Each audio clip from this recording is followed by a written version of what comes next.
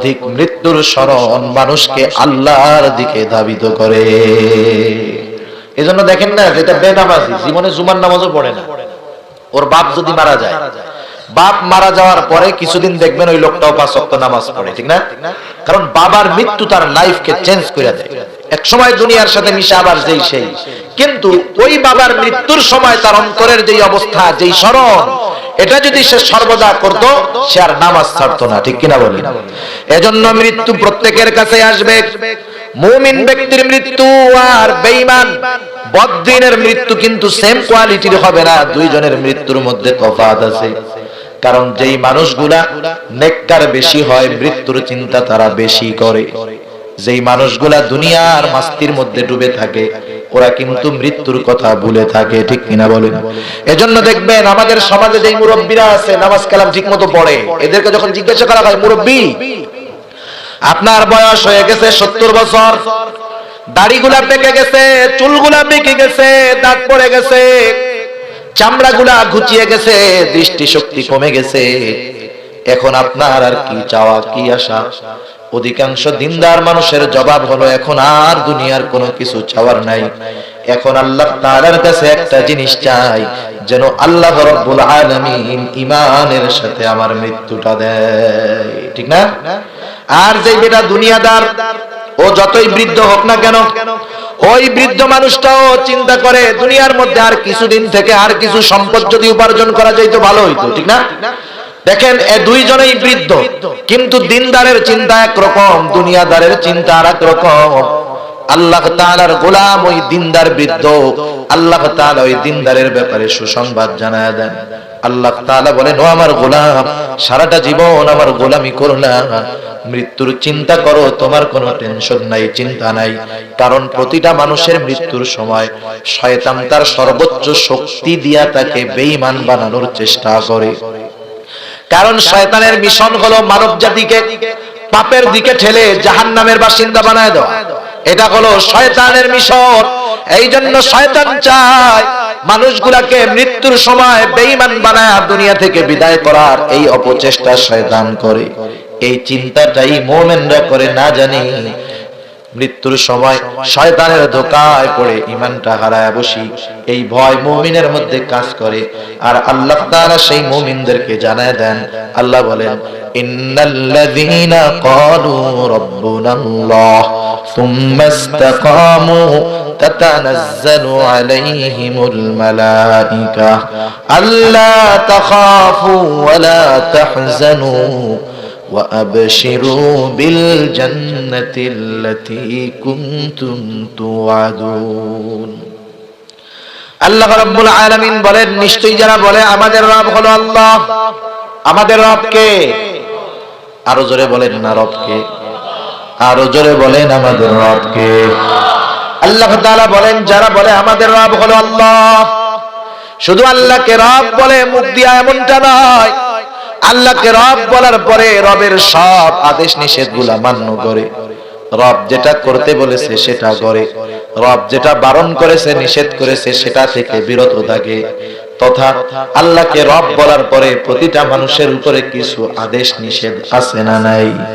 মনে করেন আপনি একটা প্রতিষ্ঠানে ভর্তি হইলেন, একটা প্রতিষ্ঠানে ভর্তি হওয়ার পরে প্রতিষ্ঠানের কিছু পার্সোনাল ল আছে, প্রাতিষ্ঠানিক কিছু আইন আছে, আপনি ভর্তি হওয়ার সাথে সাথে প্রতিষ্ঠানের ওই আইনগুলা মানতে বাধ্য, ঠিক কিনা?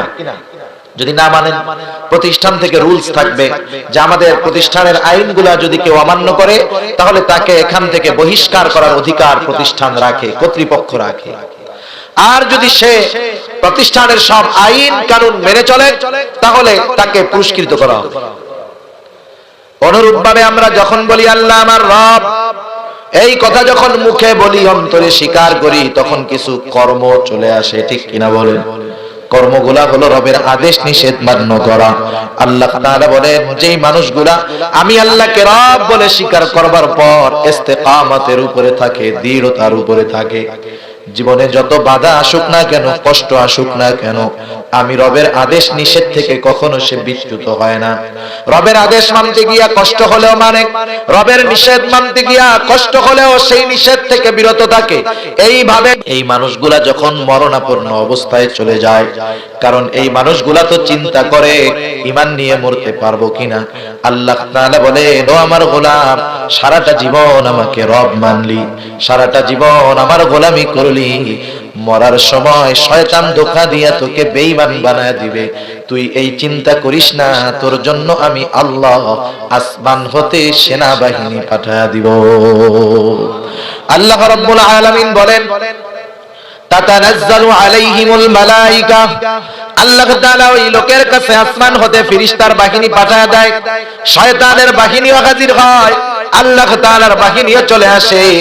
ওই ফেরেশতারা এসে মুমূর্ষু ব্যক্তির কাছে বলতে থাকে, আল্লাহ তাখাফু ওয়া লা তাহজানু। তারা এসে বলে, আল্লাহর বান্দা, তুমি ভয়ও পেও না, চিন্তাও করো না। তোমার দুনিয়ায়ও ভয় নাই, আখিরাতেও ভয় নাই। দুনিয়ায় চিন্তা নাই, আখিরাতেও চিন্তা নাই। তুমি তো আল্লাহর গোলাম, তুমি তো আল্লাহর বন্ধু। শয়তান ধোঁকা দিয়া তোমাকে বেঈমান বানাতে তো পারবেই না। বরং শুনে নাও, আল্লাহর পক্ষ থেকে তোমার জন্য কি সুসংবাদ। আল্লাহ বলেন, ওয়া আবশিরু বিল জান্নাহ। ওই মুমূর্ষু ব্যক্তির কাছে আল্লাহ তাআলার পক্ষ থেকে ফেরেশতারা জান্নাতের সুসংবাদ পৌঁছায়া দেয়।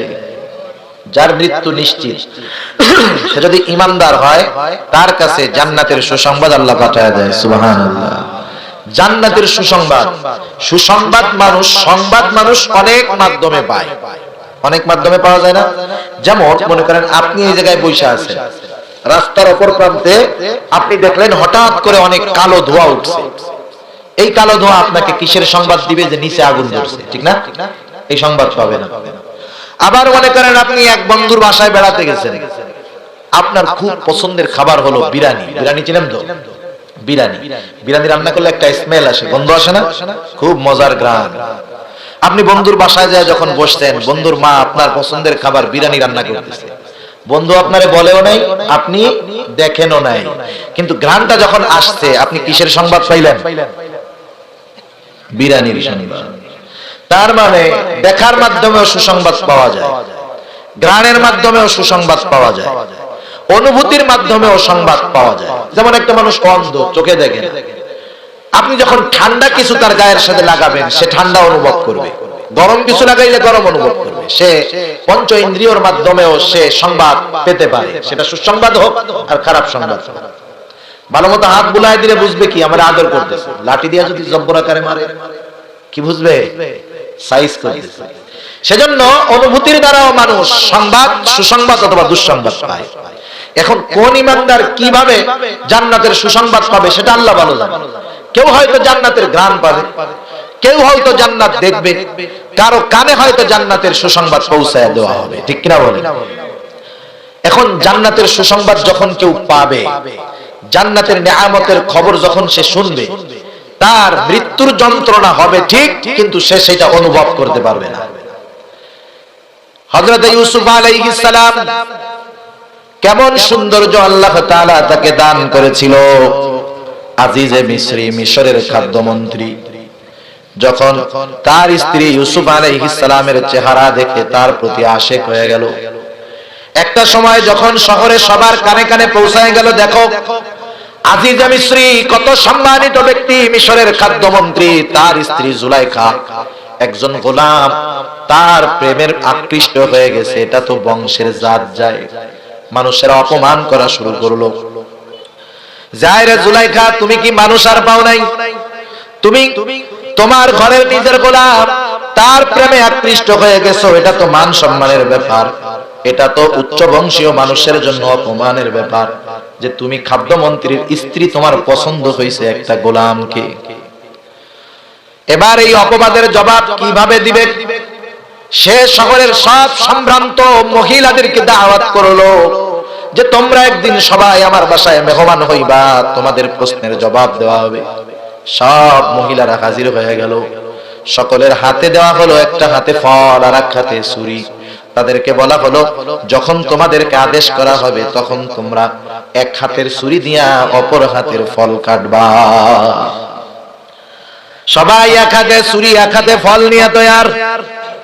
এইবার আজিজে মিসরির স্ত্রী জুলাইখা হযরতে ইউসুফ আলাইহিস সালাম তাকে নিয়ে যখন তাদের সামনে গেল, সবাইকে আদেশ করলো ছুরি কাটো, ছুরি দিয়া ফল কাটো, ছুরি দিয়া ফল কাটা শুরু করলো। অপর দিক দিয়া ইউসুফ আলাইহিস সালামকে তাদের সামনে নিয়ে গেল।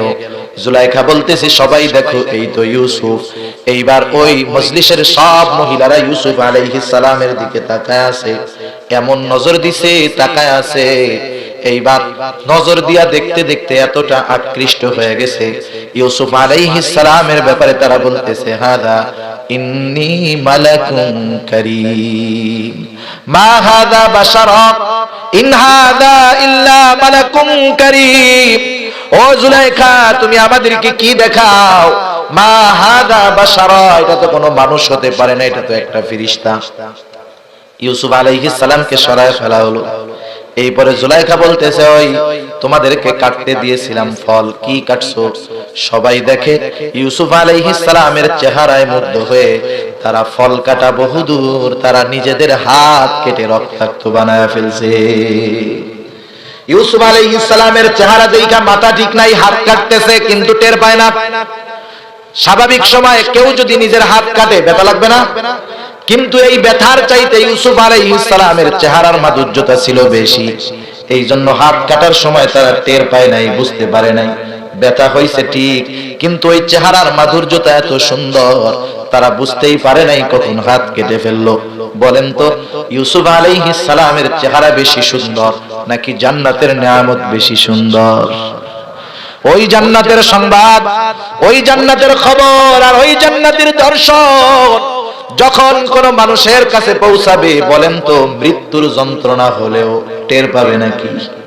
টের পাবে। আল্লাহ তাআলা বলেন, ও আমার গোলাম, তোমাদের চিন্তা নাই, জান্নাতের সুসংবাদ ফেরেশতারা আয়েশা জানায় দিবে। আল্লাহ বলেন, ওয়া আবশিরু বিল জান্নাহ আল্লাতী কুনতুম তুআদুন। আল্লাহ তাআলা তোমাদেরকে সেই জান্নাতের সুসংবাদ জানায় দিতে বলছে। কোন জান্নাত? যেই জান্নাতের ব্যাপারে তোমাদের সাথে আল্লাহ তাআলা ওয়াদা করেছেন। কারণ আল্লাহ তাআলা বলেছেন, ইন্নাল্লাযীনা আমানু ওয়া আমিলুস সালিহাতি কানাত লাহুম জান্নাতুল ফিরদাউসি নুজুলা। আল্লাহ তাআলা বলেন, নিশ্চয়ই যারা ঈমান আনে নেক আমল করে তাদের জন্য হলো জান্নাতুল ফিরদাউস। এই ওয়াদা কার? জবান তুলে বলেন। আল্লাহ তাআলা এরপরে বলেন, আল্লাযীনা আমানু ওয়া আমিলুস সালিহাত লাহুম জান্নাতুন তাজরি মিন তাহতিহাল আনহার।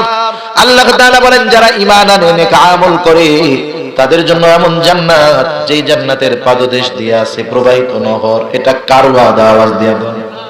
আল্লাহ তাআলার সেই কথাই স্মরণ করায় দিবে, তোমাদেরকে তো সেই জান্নাতের সুসংবাদ দেওয়া হলো, আল্লাতী কুনতুম তুআদুন, যেই জান্নাতের প্রতিশ্রুতি আল্লাহ তাআলা তোমাদেরকে দিয়েছে।